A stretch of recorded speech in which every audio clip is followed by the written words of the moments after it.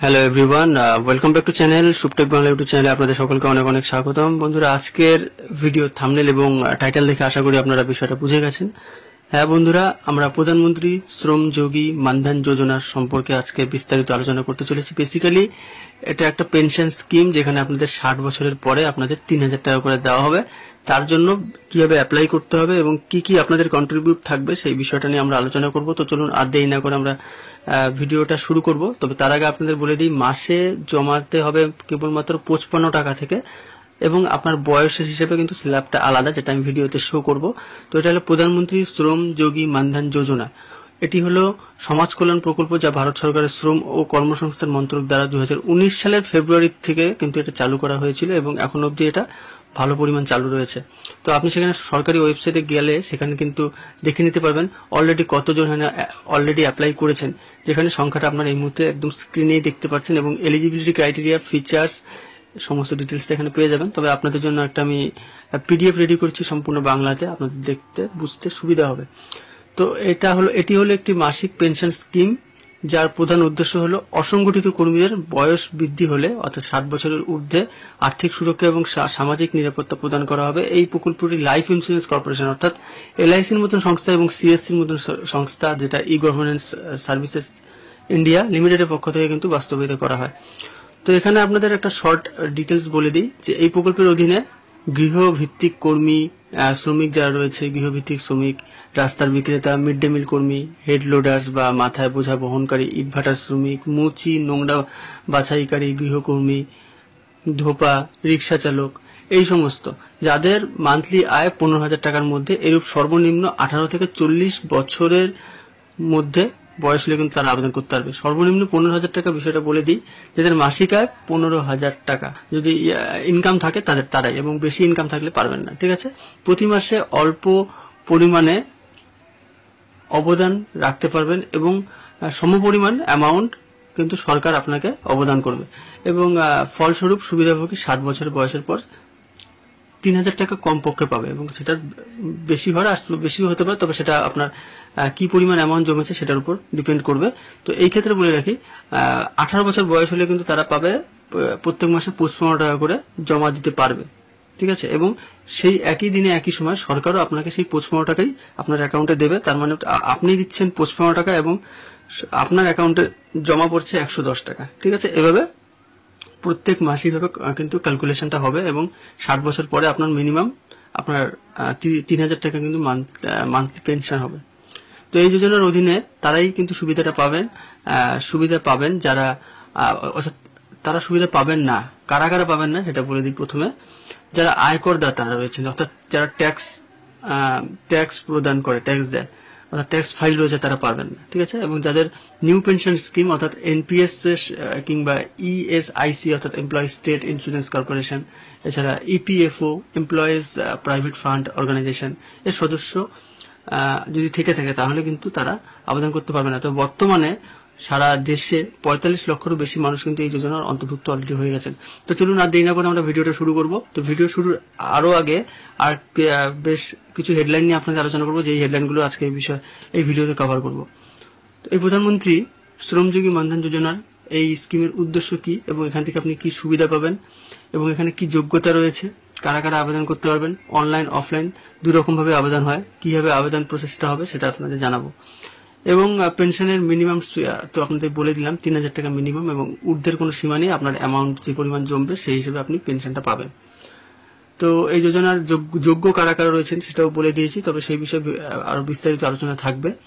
তবে যেটা আর একটা মেইন বিষয়, সেটা আমি এই ভিডিওতে আলোচনা করব, যেটা এখন পর্যন্ত অনেকেই কিন্তু জানে না, এবং এই বিষয়ে যারা জানে তারা কিন্তু এই পয়েন্ট বিষয়ে জানে না, যে গ্রাহকের যদি মৃত্যু হয়ে যায়, অর্থাৎ 60 বছরের পরে যেহেতু 3,000 টাকা করে পেনশন দেবে মিনিমাম, তাহলে 60 বছরের আগে যদি গ্রাহকের কোনো রকম মৃত্যু হয়ে যায় তাহলে কি হবে, সেই টাকাটার কি হবে, সেই টাকাটা কে পাবে। ঠিক আছে, সেই বিষয় কি হবে সেই বিষয়টা ডিটেলস আলোচনা থাকে। চলুন আর দেরি না করে আমরা ভিডিওটা শুরু করছি, এবং ভিডিওটা শুরু করবার আগে একটা রিকোয়েস্ট থাকছে, আপনারা যারা এখনো চ্যানেলটিকে সাবস্ক্রাইব করেন অবশ্যই চ্যানেলটি সাবস্ক্রাইব করে দিন, এবং পাশে দেওয়া বেলের অল নোটিফিকেশনটি ক্লিক করতে ভুলবেন না। তো চলুন ভিডিওটি শুরু করা যাক। প্রথমেই আপনাদের যেটা বলবো সেটা হলো প্রধানমন্ত্রী শ্রমযোগী মানধন যোজনার উদ্দেশ্য কি। তো আমাদের দেশের বহু মানুষের বিভিন্ন ক্ষেত্রে নানা রকম কাজের সাথে যুক্ত আছেন, যেখানে প্রধানত অসংগঠিত ক্ষেত্রের শ্রমিক কর্মচারীদের বিভিন্ন ধরনের অর্থনৈতিক সমস্যার সম্মুখীন হতে হয়। অর্থাৎ যেই সময় মানুষ আর কোনো কাজ করতে পারে না, অর্থাৎ 60 বছরের পরে কিন্তু মানুষ কর্মহীন হয়ে পড়ে, সেখানে বাকি বিশ্রামভাবে জীবন কাটাতে হয়। সেই সময় সরকার তাদেরকে একটা অনুদান রূপে এই স্কিমটি চালনা করা হয়েছে। এটাই সরকারের উদ্দেশ্য। তাই তাদের আর্থিক সহায়তার উদ্দেশ্যে ভারত সরকার এই যোজনা চালু করেছে। নভেম্বর 2023 পর্যন্ত প্রায় কিন্তু এখানে 50 লক্ষ মানুষ এই যোজনার অন্তর্ভুক্ত করেছেন। তো এটা শর্ট ফর্ম হলো এই স্কিমটির PMSYM, অর্থাৎ প্রধানমন্ত্রী শ্রম যোগী মানধন যোজনা। ঠিক আছে, মূল উদ্দেশ্য হলো অসংগঠিত ক্ষেত্রের কর্মীদের সামান্য অবদান এবং সরকারি অনুদানের সাহায্যে তাদের 60 বছরের বয়সের পরে কমপক্ষে 3000 টাকা মাসিক পেনশন থাকবে। ঠিক আছে, এখানে আপনার টেবিলটা একটি পেয়ে যাবেন, আমার এই PDF এ টেবিল পাবেন, যেখানে কবে থেকে চালু করা হয়েছে, কোন সংস্থা এটা পরিচালনা করবে, বাস্তবায়ন করবে। ঠিক আছে, এবং লাভার্থী কি হবে, উদ্দেশ্য 60 বছরের পরে পেনশন প্রদান করা। 18 থেকে 40 বছর বয়সের মধ্যে হলে, ব্যাপারটা বুঝে নিন, আপনার বয়স যদি 18 থেকে 40-এর মধ্যে বয়স হয়ে থাকে তাহলে আপনি আবেদন করতে পারবেন। ঠিক আছে, এবং 60 বছরের পরে আপনার কিন্তু সেটা এসে আপনি সেই পেনশনের লাভটা পেতে পারবেন। ঠিক আছে, এবং আয়ের সীমা 15,000 টাকা মাসে যদি আপনার ইনকাম থেকে থাকে তাহলেই, কিংবা 15,000 টাকার মধ্যে কিংবা তার কম যদি ইনকাম আপনার হয়, তাহলেই কিন্তু আপনি এর জন্য আবেদন করতে পারবেন। অর্থাৎ সমাজের নিম্ন মধ্যবিত্ত শ্রেণীর লোকেদের জন্যই কিন্তু, অর্থাৎ শ্রেণীর মানুষদের জন্যই কিন্তু এটা স্কিমটা চালু করা হয়েছে। তো পেনশনের পরিমাণ আবারও বলেছি। তো প্রিমিয়ামটা যেটা মিনিমাম, যেটা 18 বছর হয় সেটা হলো 55, এবং 40 বছর হয়ে থাকলে 200 টাকা। তার মাঝখানে রয়েছে আপনাদের জানাবো। তবে এখানে আপনাদের কিছু বৈশিষ্ট্য বলে দিই। এই স্কিমের একটি স্বেচ্ছাসেবী এবং অবদানমূলক পেনশন প্রকল্প, যেখানে 50-50 ভিত্তিতে সুবিধাভোগী ও কেন্দ্রীয় সরকার দ্বারা মিলিত রূপে অবদান রাখা হয়। 50-50 মানে বুঝতেই পারছেন, আপনি যে পরিমাণ টাকা দেবেন এবং সেই পরিমাণ টাকা সরকার দেবে, এবং সেই টাকাটা আপনার দ্বিগুণ হয়ে কিন্তু আপনার অ্যাকাউন্টে জমা পড়বে, এবং সেটার লাভ আপনি পেনশন রূপে পাবেন। তো গ্রাহকদের অবদান তার সেভিংস অ্যাকাউন্ট বা জনধন অ্যাকাউন্ট থেকে থাকলে অটো ডেবিট হবে। এটা হচ্ছে আপনাদের SIP, মিউচুয়াল ফান্ডে যেমন SIP হয়, সেরকম SIP হিসেবে আপনার প্রত্যেক মাসে মাসে আপনাদের টাকাটা কাটবে। ঠিক আছে, আপনার ব্যাংক থেকে টাকা অটোমেটিক ডেবিট করা হবে। তো গ্রাহকদের মাসিক পরিমাণের প্রিমিয়ামের গ্রাহকের যোজনার প্রবেশের বয়সের ওপর নির্ভর করবে। ঠিক আছে, এবং এটা আপনি মাস হিসেবেও টাকা জমা করতে পারেন, কিংবা 3 মাস হিসেবেও জমা করতে পারেন, কিংবা হাফ ইয়ারলিও করতে পারেন, এবং বার্ষিকও করতে পারেন। সেটা আপনার উপর ডিপেন্ড করবে যে আপনি কোনটা প্রিমিয়াম নিতে চান। ঠিক আছে, আচ্ছা, এই প্রকল্পের অধীনে সরকার সুবিধাভোগীর সমান অবদান রাখে, যেখানে 60 বছর বয়সের পর মাসে নিশ্চিত 3,000 টাকা করে পাবে, এবং পেনশন প্রাপ্তির সময় সুবিধাভোগীর মৃত্যু হলে পারিবারিক পেনশন হিসেবে সুবিধাভোগীর পত্নী, অর্থাৎ তার স্ত্রী, সুবিধাভোগীর প্রাপ্ত পেনশনের 50% পাওয়ার অধিকারী হবেন। ঠিক আছে, পারিবারিক পেনশন শুধুমাত্র স্ত্রীর জন্য প্রযোজ্য, অর্থাৎ নমিনি আপনি কেবলমাত্র স্ত্রীকেই রাখতে পারেন।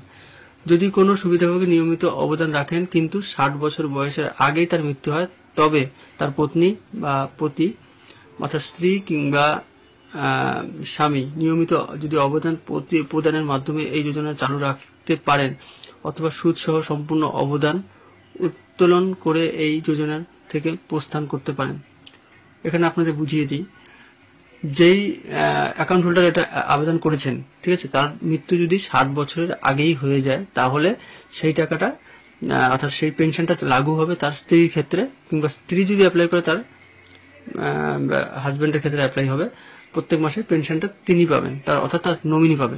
কিন্তু সেই নমিনি যদি চায় যে না, আমি পেনশন নিব না, আমি পুরোপুরি টাকাটা নিতে চাই, তাহলে আপনি যেই ব্যাংকের অ্যাকাউন্ট করেছেন সেই ব্যাংকের টাকাটা কিন্তু, এত বছরের যে টাকাটা জমিয়েছেন সেই টাকাটা কিন্তু সুদ সমেত, অর্থাৎ সেটা সেভিংস ব্যাংকের অ্যাকাউন্টের সুদ হিসেবে কিন্তু আপনার কাছে টাকাটা আপনার অ্যাকাউন্টে ডেবিট করে দেওয়া হবে। যদি তিনি 10 বছরের কম সময়ের মধ্যে এই যোজনা থেকে বেরিয়ে যান, তবে সুবিধাভোগীর অবদানের অংশ সেভিংস ব্যাংকের সুদ হারে কিন্তু ফেরত দেওয়া হবে। ঠিক আছে, এবং যদি গ্রাহক 10 বছর বা তার বেশি সময়ের পরে কিন্তু 60 বছরের বয়সের আগে যোজনা থেকে প্রস্থান করেন, তাহলে প্রকৃতপক্ষে তহবিল বা সঞ্চয় ব্যাংকের সুদের হারের মধ্যে যেটি বেশি হবে তার সাথে সুবিধাভোগীদের অবদান ফেরত দেওয়া হবে। তো এই বিষয়ে কিন্তু আশা করি আমি সমস্ত বিষয়টা কভার করছি। কোনো প্রশ্ন থেকে আপনারা কমেন্টে জানাবেন। যদি কোনো গ্রাহক ক্রমাগত অবদান না দিতে পারেন তাহলে পরে তিনি সরকার কর্তৃক নির্ধারিত আর্থিক জরিমানা সহ সম্পূর্ণ বকেয়া পরিশোধ করে তার অবদান নিয়মিত করার সুযোগ করতে পারবেন। আচ্ছা, সেখানে কিছু পেনাল্টিও লাগবে, সেটা কত সেটা আপনি পরে জানতে পারবেন। তো আমি জাস্ট ইম্পর্টেন্ট বিষয়গুলো আপনাকে প্রধান বলতে চাইছি। তো এটা যোগ্যতা, এই প্রকল্প অসংগঠিত ক্ষেত্রের কর্মীদের যারা নির্দিষ্ট কোনো কাজ করেন না এবং মান্থলি কেবলমাত্র 15,000 টাকার মধ্যেই ইনকাম করে তারা 18 থেকে 40 এর মধ্যে বয়স হলে আবেদন করতে পারবেন। এবং এখানে বলবো গ্রাহক বিবেচিত হবেন ক্ষেত্রে অযোগ্য কারা, আয়কর প্রদানকারী যারা ট্যাক্স ফাইল দেয় এবং এনপিএস কিংবা এরকম যে সংস্থাগুলো রয়েছে যেটা আমি আগেও ভিডিওতে বলেছি, তারা যদি সেরকম সংস্থার বোর্ডের মেম্বার হয়ে থাকে তারা পারবে না। প্রয়োজনীয় নথি কি কি লাগবে, আধার কার্ড, সেভিংস ব্যাংক অ্যাকাউন্ট কিংবা জনধন অ্যাকাউন্ট নম্বর এবং আইএফএসসি কোড লাগে। প্রতিটি ব্যাংকের আইএফএসসি কোড থাকে, সেটা লাগবে। মোবাইল নাম্বার একটা ভ্যালিড দেবেন। এবং অনলাইন অফলাইন পদ্ধতি কিন্তু আমি আপনাদের একটা কাজ করছি, এখানে অনলাইন অফলাইন পদ্ধতি কিন্তু বিশাল বড় পদ্ধতি রয়েছে, সেটা নিয়ে আপনারা ভিডিও চাইলে আপনারা বলুন, আলাদা ভিডিও আপলোড করে দেবো। এবং একটা পিডিএফ আকারে কিন্তু এখানে দেখতে পাচ্ছেন। তবে সেই ক্ষেত্রে আপনাদের যেটা করতে হবে, আমি ওয়েবসাইট থেকে অনলাইন প্রসেসটা বলে দিচ্ছি। আপনারা চলে আসবেন পুরোপুরি অফিসিয়াল ওয়েবসাইটে mandhan.in, সেখানে আসবার পরেই আপনাদের সামনে এরকম একটা ইন্টারফেস আসবে, ঠিক আছে। যেখানে সার্ভিস অপশনে ক্লিক করবেন, নিউ এনরোলমেন্টে ক্লিক করবেন। নিউ এনরোলমেন্টে ক্লিক করবার পরে একটা পপ আপ আসবে, যেখানে ওকে করে দেবেন। ওকে করবার পরেই আপনাদের সামনে ওপেন হয়ে চলে আসবে আরো বেশ কিছু একটা সুন্দর একটা ইন্টারফেস, যেখানে 3টে অপশন থাকবে, যার মধ্যে সেলফ এমপ্লয়মেন্ট আপনাকে ক্লিক করতে হবে। মোবাইল নাম্বার দেবেন, প্রসিড করবেন, নেক্সট একটা পেজ খুলে যাবে, ফর্মটা ফিল আপ করে সাবমিট করবেন, পেমেন্ট করবেন। অর্থাৎ অনলাইনে যদি অ্যাপ্লাই করবেন তাহলে প্রথমে আপনাকে পেমেন্টটা করতে হবে অনলাইনের মাধ্যমে, পরবর্তীতে আপনার ব্যাংক ডিটেলস যেখানে জমা দেবেন সেই ব্যাংকের থেকেই প্রত্যেক মাসের অ্যামাউন্টটা কেটে নেওয়া হবে। এখন আপনাদের একবার দেখিয়ে দিচ্ছি যে কত টাকা করে আপনাদের কন্ট্রিবিউট করতে হবে বয়স স্ল্যাবটা। যেখানে আপনার স্কিমে গিয়ে 3 নম্বর অপশনে ক্লিক করলে কন্ট্রিবিউশন চার্টটা আপনাদের সামনে ওপেন হয়ে যাবে, যেখানে এখানে দেখাই যাচ্ছে প্রত্যেকটি বয়সের ক্ষেত্রে কিন্তু ঊর্ধ্বে 60 বছরের পরে আপনার পেনশনটা চালু হবে।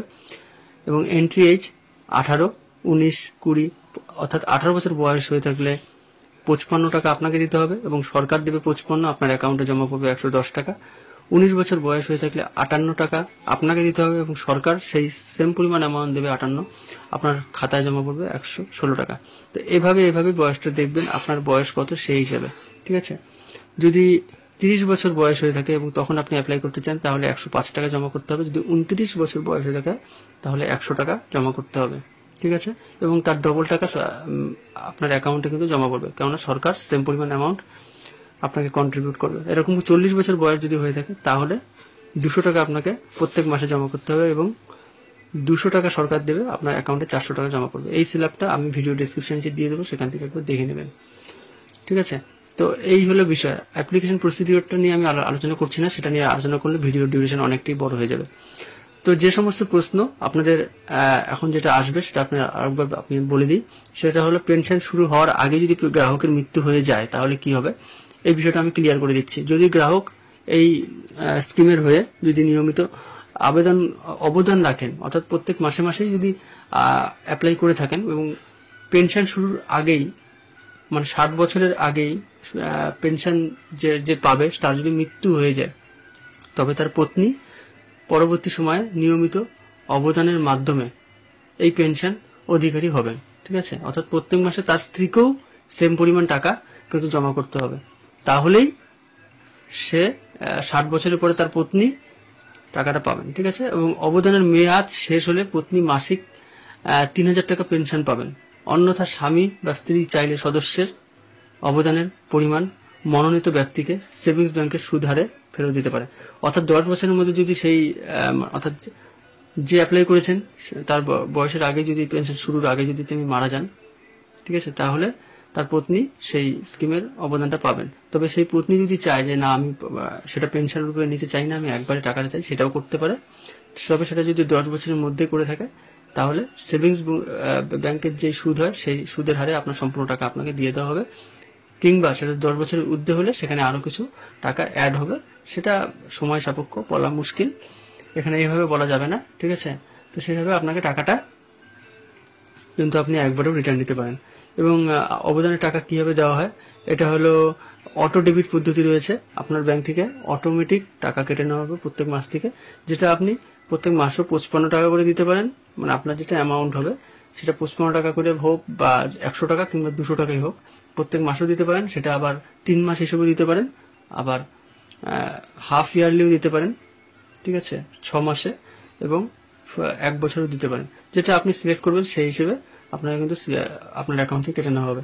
তো বন্ধুরা, আপনাদের এই ছিল ভিডিও, এবং কোনো প্রশ্ন থাকলে অবশ্যই কমেন্টে জানান। সম্পূর্ণ ভিডিওটা দেখার জন্য অসংখ্য ধন্যবাদ।